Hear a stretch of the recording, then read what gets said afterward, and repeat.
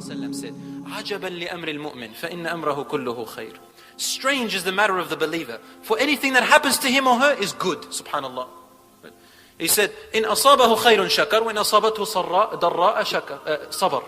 When something good happens to them, they thank Allah. When something bad happens to them, they are patient. Because Allah says in the Quran, وَلَنَبْلُوَنَّكُمْ بِشَيْءٍ مِّنَ الْخَوْفِ وَالْجُوعِ وَنَقْصٍ مِّنَ الْأَمْوَالِ وَالْأَنفُسِ وَالثَّمَرَاتِ وَبَشِّرِ الصَّابِرِينَ الَّذِينَ إِذَا أَصَابَتْهُمْ مُصِيبَةٌ قَالُوا إِنَّا لِلَّهِ وَإِنَّا إِلَيْهِ رَاجِعُونَ. We shall surely try you with a loss of wealth and fear and hunger and loss of lives and loss of fruits and food, and give glad tidings to those who are patient. The ones who, when a calamity befalls them, they say to Allah, we belong unto Him, we shall return. They remember that this is a test. I'm going to wind down now very soon, inshallah. Brothers and sisters in Islam, the Prophet ﷺ encouraged us to visit the sick and to visit the graveyards. Why? Because the graveyards remind us that this life is short and that the hereafter is the most important. So a man came and said, Ya Rasulullah, when is the last hour going to come? The Prophet ﷺ said, don't ask about that. ماذا أعددت لها? What have you prepared for it? So the hereafter is what we are preparing for. Visiting the sick and visiting the ill reminds us of the blessing that Allah has given us. We see, when we visit the blind person, we remember that Allah has given us eyesight. When we visit a deaf person, remember that Allah has given us hearing. When we visit a crippled person, remember that Allah has given us legs. The world is yours, you can do anything you like. Anything you like. But this poor crippled person, imagine what they were going through. I have 3 friends in Melbourne at the moment. They are three of them, wallahi, are extremely strong and young people. One of them is 23, the other is 32, and the other one is 31 years old. They have everything in the world, alhamdulillah. Their youth, their health, their wealth. Allah subhanahu wa ta'ala afflicted them with a harm. 3 of them were stricken with cancer. One of them leukemia, the 23-year-old. The second one, a rare type of leukemia. And the third one was also leukemia. The first one, who got leukemia, when he was 18 years old, he found out that he had leukemia when he was 18. He wasn't religious at that time, and he told me this.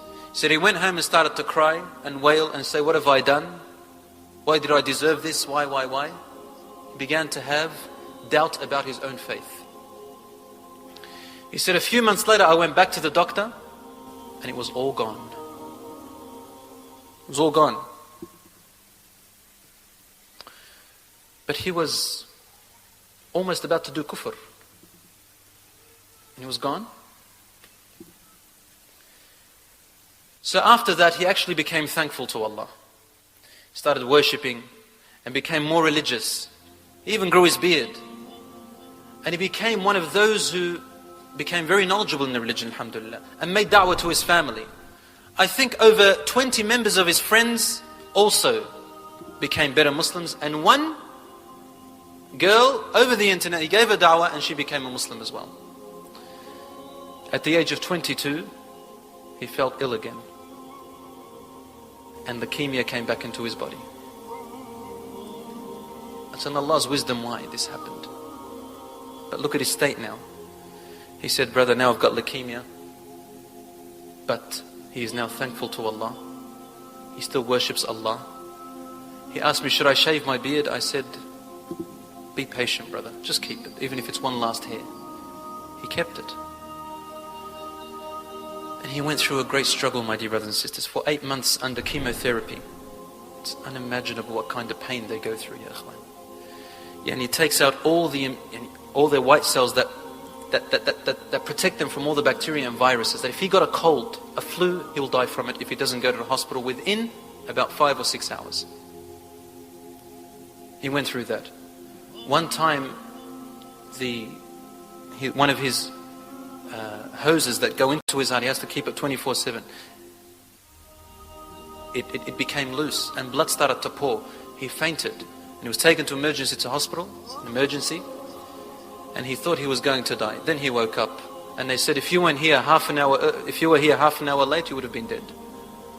And on and on. Then alhamdulillah, they found a donor for him. And he did a transplant of the other person's blood marrow. Alhamdulillah, it worked out. But still till now, he is 1 day at home, 5 days in hospital. Because it takes time for it for his body to accept it. The other day he attracted an infection. He had to be in hospital for 5 days and 5 nights. It was very bad. We thought he was going to go, that's it. I went to visit him, brothers and sisters, wallahi, the state I saw him in. He couldn't speak because of the side effects. Inside of his mouth he was full of, wallahi, I'm not exaggerating, probably 50 ulcers and pimples inside of his mouth and on his tongue and at the back. Couldn't eat, he couldn't drink from it. They had to put it through his nose and through his blood. And he's still going through it. He needs about a year to see whether his body accepts it or rejects it. Yet wallahi, I have never seen a person like him in that situation who was closer to Allah than he ever was.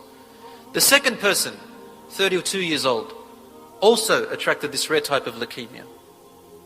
I went and visited him the other day. He has probably about, maybe if you count them, 300 hairs left on his beard from the chemotherapy.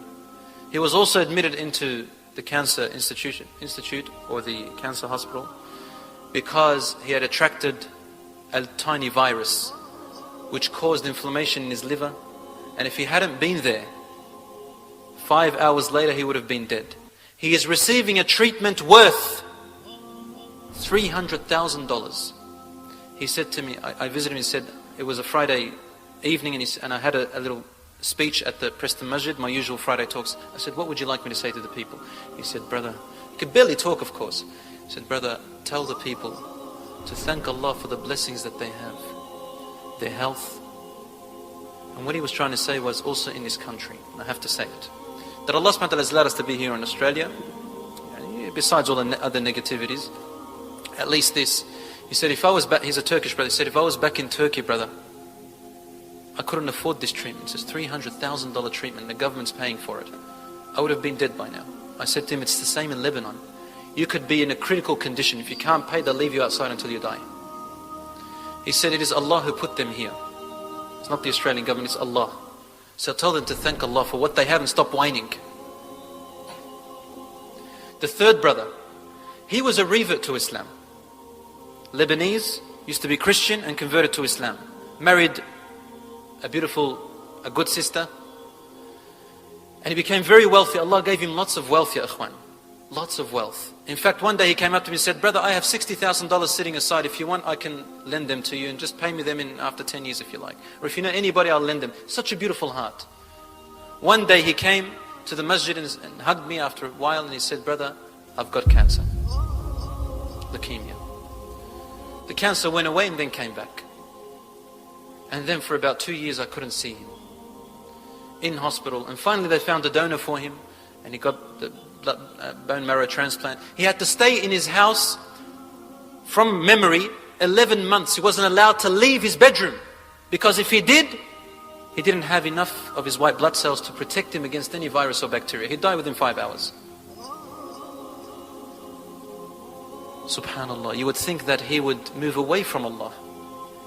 But subhanallah, the other day his parents came in and he kept on giving them da'wah for about 3 hours, constantly saying to them, Mum, Dad, if you don't become Muslim now, I will die a sad man. I don't want to leave this world knowing that you have disbelieved in Allah. I want you to be with me in Jannah if you want to make me happy. And he doesn't care that he's going to leave the world. The only thing that make him happy is that his parents embrace Islam. So the parents said something and he went unconscious.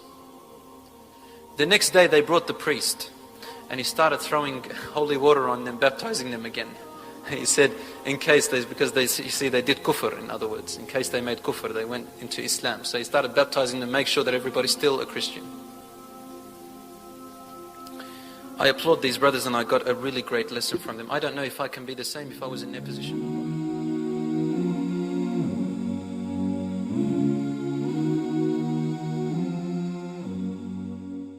Alhamdulillah, we are happy to announce the launch of the One Islam TV app. Watch hundreds of high-quality produced Islamic reminders, Quran learning videos, stories of the prophets, and so much more. 2 new videos uploaded daily, inshallah. Watch videos on demand, or download videos and watch offline. No more annoying ads or pop-ups. 100% safe browsing for your peace of mind. Watch or listen to lectures and lessons while you work, rest, or drive with your device switched off. One Islam TV is 100% run and owned by Muslims, which means the small amount you pay for your subscription is a SADAQAH JARIYAH, continuous charity for you, as we use the funds raised to continue producing more beneficial videos and reminders, inshallah. The One Islam TV app is now available on Apple devices, Apple TV, Android devices, Android TV, Amazon Fire TV, and Roku, so you can watch on most devices and smart TVs. Download now for a free 7-day trial. May Allah reward you for supporting our work.